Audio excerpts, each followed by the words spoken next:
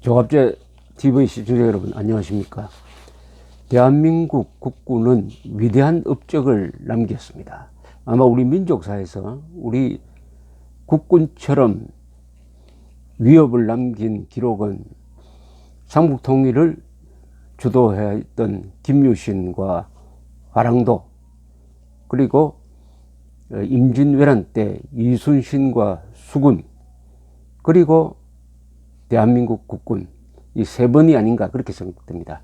대한민국 국군은 지난 70년 동안에 건국의 초석이었고 6.25 때는 호국의 간승이었으며 박정희 대통령 집권 이후에는 근대화의 기관차였고, 그리고 민주화의 소용돌이를 지탱해주는, 막아주는 울타리 역할을 했습니다. 민주화의 울타리, 즉 건국의 초석, 호국의 간성, 근대화의 기관차, 그리고 민주화의 울타리 역할을 수행해 온 이 군대는, 대한민국 군대는 앞으로 자유통일을 하고 인류국가를 건설하는 과정에서 국가 안전보장을 맡아서 신성한 의무를 다하도록 헌법으로부터 그 권한이 부여되어 있습니다. 다만 안타까운 것은 이 민주화 과정에서 좌파 세력이 군대를 집중 공격을 해가지고 국군을 마치 학살 집단으로 몰고 가려는 그런 매도에 정권이 넘어가가지고 김영삼 정부 때는 역사로 넘기기로 했던 12.12 사건, 그리고 광주 사태까지 다시 법정에 세워가지고 군인 출신 두 대통령을, 더구나 이 두 대통령 민주화에 크게 기여한 분인데 두 대통령을 감옥에 보내고 우리 군의 명예에 회복하기가 참 힘든 먹칠을 가한 이런 점이 참으로 안타깝습니다.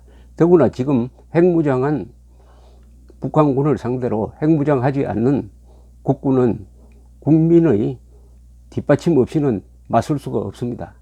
그런데 이 정권이 나서서 지금도 이 국군을 괴롭히고 있습니다.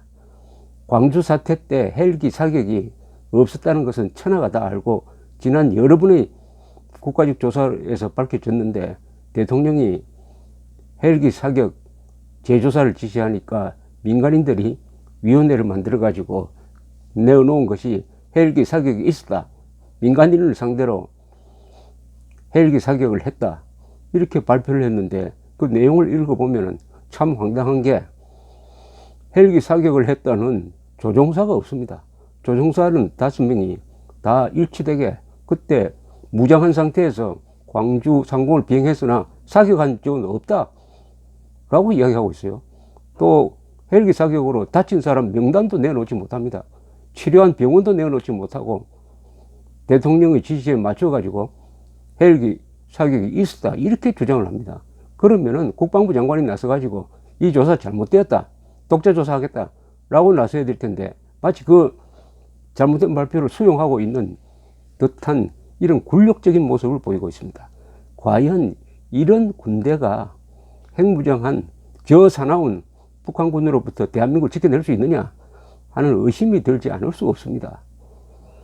참 동네북이 되었습니다. 동네북이.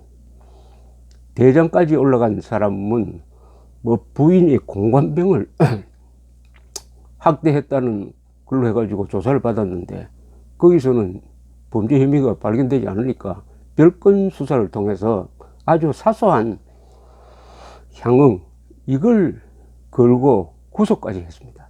옷을 벗기는 것은 물론이고 최근에 보석으로 나왔습니다만 이런 식으로 지금 군대를 욕보이고 군대를 깎아내리는 것이 마치 의로운 일이고 그게 무슨 민주화의 한 의무인 것처럼 하는 이런 과정에서 그나마 우리 국군의 역사적 역할을 헌법에 딱 규정한 게 있습니다. 그게 헌법 제5조 2항입니다. 헌법 제5조 2항은 이렇게 되어 있습니다. 국군은 국가의 안전보장과 국토방위의 신성한 의무를 수행함을 사명으로 하며 그 정치적 중립성은 준수된다. 다시 한번 읽겠습니다. 헌법 제5조 2항 국군은 국가의 안전보장과 국토방위의 신성한 의무를 수행함을 사명으로 하며 그 정치적 중립성은 준수된다. 그런데 참으로 놀라운 일이 지금 벌어지고 있습니다. 지금 촛불혁명을 완수하겠다면서 개헌으로 마무리하겠다는 이 집권 세력이 중심이 되어 가지고 지금 개헌 드라이브를 걸고 있는데, 하나의 개헌안의 모델이 될 만한 게 나온 게 있습니다. 그게 국회 개헌특위 자문위원회에서 나온 개헌안입니다. 개헌안. 이 개헌안은 제가 몇 차례 설명드렸습니다만은 사실은 국가 정체성과 국가 정통성을 뒤집으려는 일종의 국채 변경입니다. 이런 개헌은 헌법 파괴에 해당하므로 개헌할 수 없는 범위를 초과하는, 개헌의 범위를 초과하는 것입니다. 이런 개헌을 하면 절대 안 됩니다. 그러나 의도는 우리가 이제 알 수 있게 되었습니다. 어떤 방향으로 개헌을 시도하는지 그 의도는 이 개헌 안에 드러나 있습니다. 그 중에 하나 참으로 흥미로운 개헌안이 하나 있습니다. 뭐냐, 지금 제가 방금 읽어드린 국군은 국가의 안전보장과 국토방위의 신성한 의무를 수행함을 사명으로 하며 그 정치적 중립성은 준수된다. 이걸 고치겠다는 겁니다. 어떻게 고치겠느냐. 여기서 국군은 국가의 안전보장이라는 국가의 안전보장을 빼버리겠다는 겁니다. 그러면 이렇게 되는 겁니다. 국군은 국토방위의 의무를 수행함을 사명으로 하며 그 정치적 중립성을 준수한다.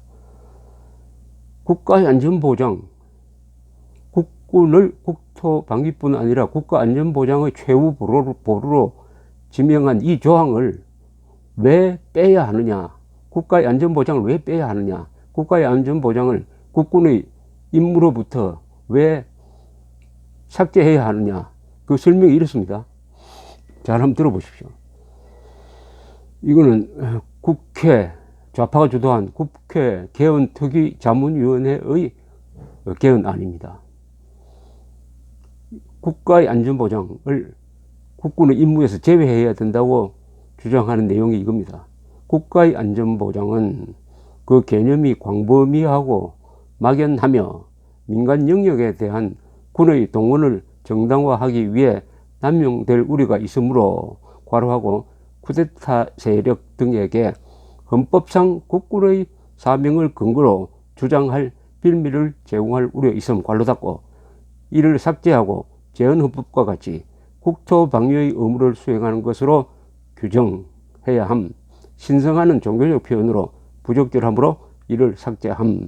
이렇게 되어 있습니다.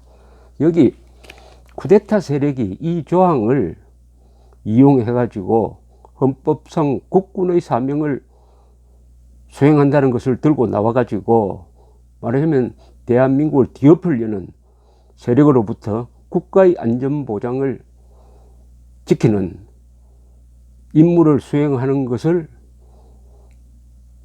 두려워한다는 겁니다. 이 개헌 세력은 그게 두렵다는 겁니다. 자, 냉정하게 한번 생각해 봅시다. 지금 군대가 출동할 상황은 어떤 경우가 있겠습니까? 대한민국에서 지금 군대가 출동할 상황. 첫째, 적군이 쳐들어왔을 때 군대가 출동합니다. 두 번째, 대한민국 안에서 질서가 무너져 가지고 경찰이 도저히 질서를 유지할 수 없을 때 대통령이 계엄령을 선포해서 그때 군대가 출동합니다. 세 번째는 이런 경우를 예상할 수가 있습니다. 대한민국 안에서 반란이 일어났다. 그 반란 세력, 그 반란 세력 중에는 정권이 포함되어 있다. 정권이 그 가지고 있는 수사권과 경찰력이나 이런 국가폭력 장치를 동원해 가지고 대한민국을 자유민주주의 체제에서 공산 독재 체제로 바꾸려는 반란이 일어났다. 거기에 정권이 가담하고 있다. 공무원도 가담하고 있다. 노조도 가담하고 있다. 그래 해서 가만 내버려 두면은, 군대가 구경만 하면은 이 대한민국이 공산국가로 된다. 공산 독재국가로 된다. 이럴 때 많은 국민들은 국군을 쳐다볼 것입니다. 그때 국군이 헌법 5조 2항에 따라서 우리는 국가안전보장의 신성한 의무를 수행해야 하므로 해가지고 국군이 출동해가지고 그 공산 반란 세력을 진압한다. 이런 상황이 예상됩니다. 그런데 이 개헌 세력은 그런 상황을 두려워한다 이거죠. 쿠데타 세력 등에게 헌법상 국군의 사명을 근거로 주장할 비밀을 제공할 우려가 있음이 바로 이겁니다. 지금 공산 반란 세력이 아니면은 군대가 출동할 걸 겁낼 필요가 없습니다. 아니, 군대가 지금 집권하기 위해서, 쿠데타 정권 잡기 위해서 출동할 수가 있습니까? 그것을 용인할 수 있겠습니까? 우리 국민들이. 또 그런 명령을 내리면 지금 군인들이 복종하겠습니까? 정권을 잡기 위해서 출동 명령 내리면 아마 연대장 이하 아무도 따르지 않을 것입니다. 그런데 따르지 않습니다. 적군이 쳐들어왔으니까 출동한다. 또는 반란군이 자유 대한민국 체제를 붕괴시키기 위해서 준동하고 있으니까 출동한다. 그러면 출동하는 거죠. 왜냐? 헌법에 그 임무를 부여받았으므로. 그런데 걱정을 해도 이렇게 동네북이 된 군대, 정권의 완전히 도우미 역할을 통해서 자기 손으로 군의 명예를 아주 해치고 있는 행동을 하는 그런 약한 군대, 어떻게 보면 정권에 예속된 군대, 이런 군대를 두려워하는 세력이 있다 이거죠. 그런 군대가 쿠데타를 혹시 일으키지 않을까, 또는 출동하지 않을까라고 두려워하고 있다면 그 사람의 정체는 도대체 누굽니까? 지금의 이 군대가 쿠데타를 일으킬 것이라고 두려워한다고 하면은 그 두려워하는 이유가 뭐겠습니까? 이 군대가 헌법상의 국가의 안전보장 임무 수행을 위해서 출동하는 것을 두려워한다고 한다면은 그 두려워하는 사람의 정체는 뭐냐 이거죠. 즉, 이 국군의 임무 중에서 국가의 안전보장을 꼭 제거해야 되겠다고 하는 이 개헌 추진 세력의 정체는 뭐냐? 그 사람들이 바로 국군이 국가의 안전보장 임무를 수행하기 위해서, 즉 국가를 지키기 위한 최후의 보루로서 출동할 수밖에 없는 빌미를 제공하는 세력이 아닐까요? 그러면 앞으로 이 헌법 개정의 목표가 만약 노동자 계급을 특권 계급으로 만들고 노동자가 지배하는 사회주의 독재 체제로 갈 수 있는 개헌을 추진한다. 추진하는 데 있어서 폭력을 쓴다. 수사기관을 동원한다. 재판소까지도 막 강압적으로 동원한다. 그리하여 명백한 국채 변경, 불법이죠. 이것을 정당화하고 이것을 막지 못하게 하는 그런 상황을 조성하려고 할 때,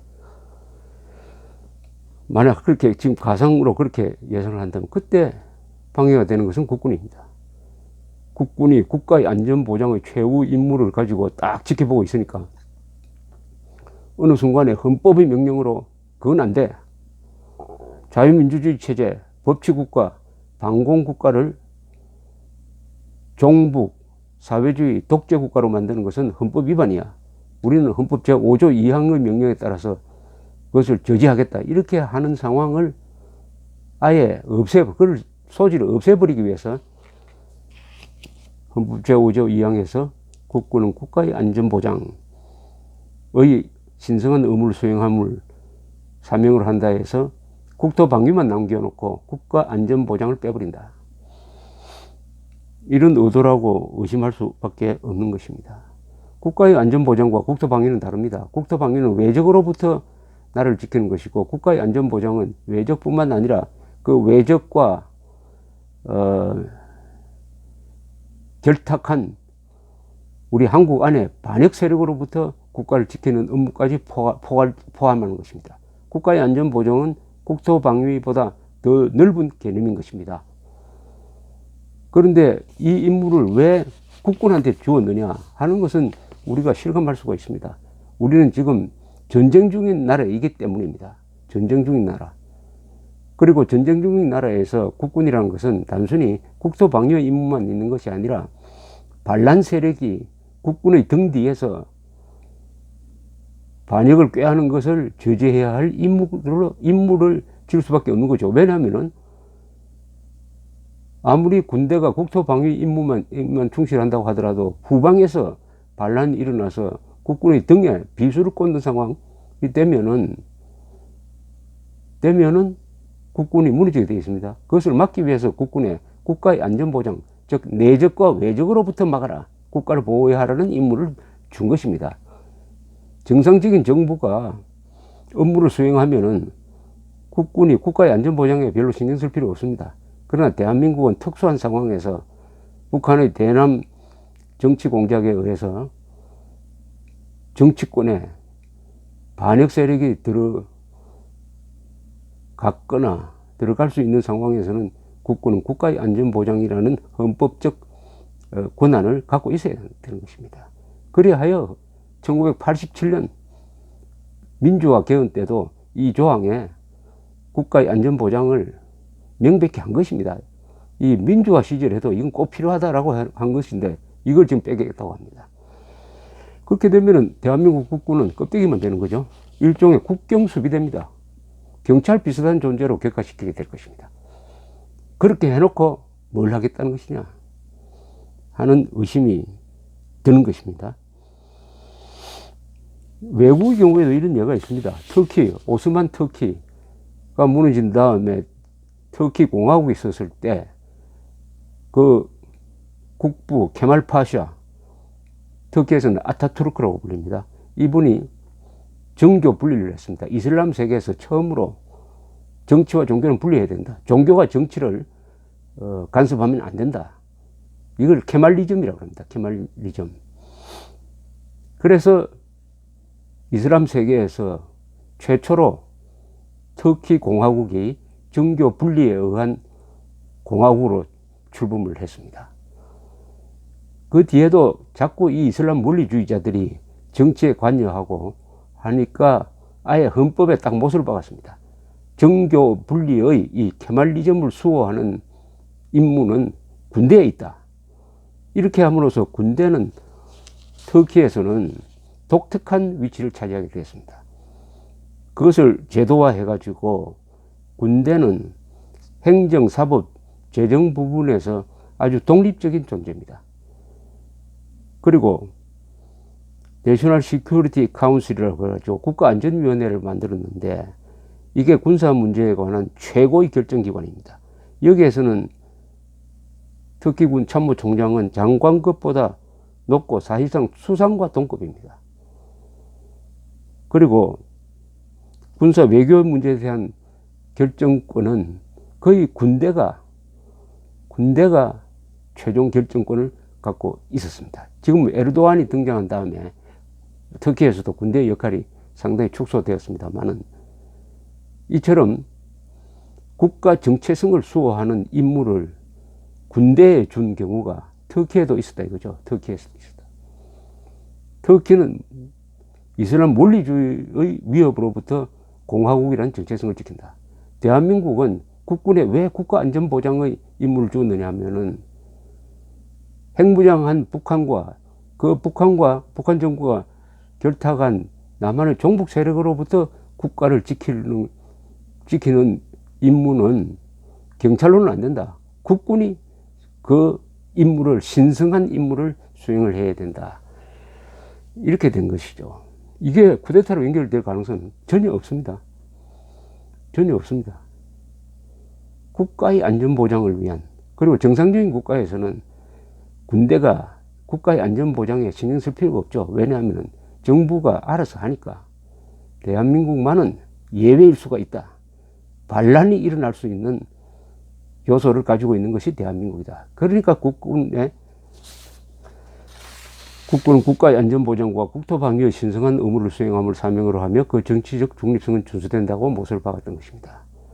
이것이 이번 개헌 때 국가의 안전보장이란 이 임무가 날아가 버리면은 대한민국은 그야말로 봉산 반란을 진압할 수 없는 나라가 될 것입니다.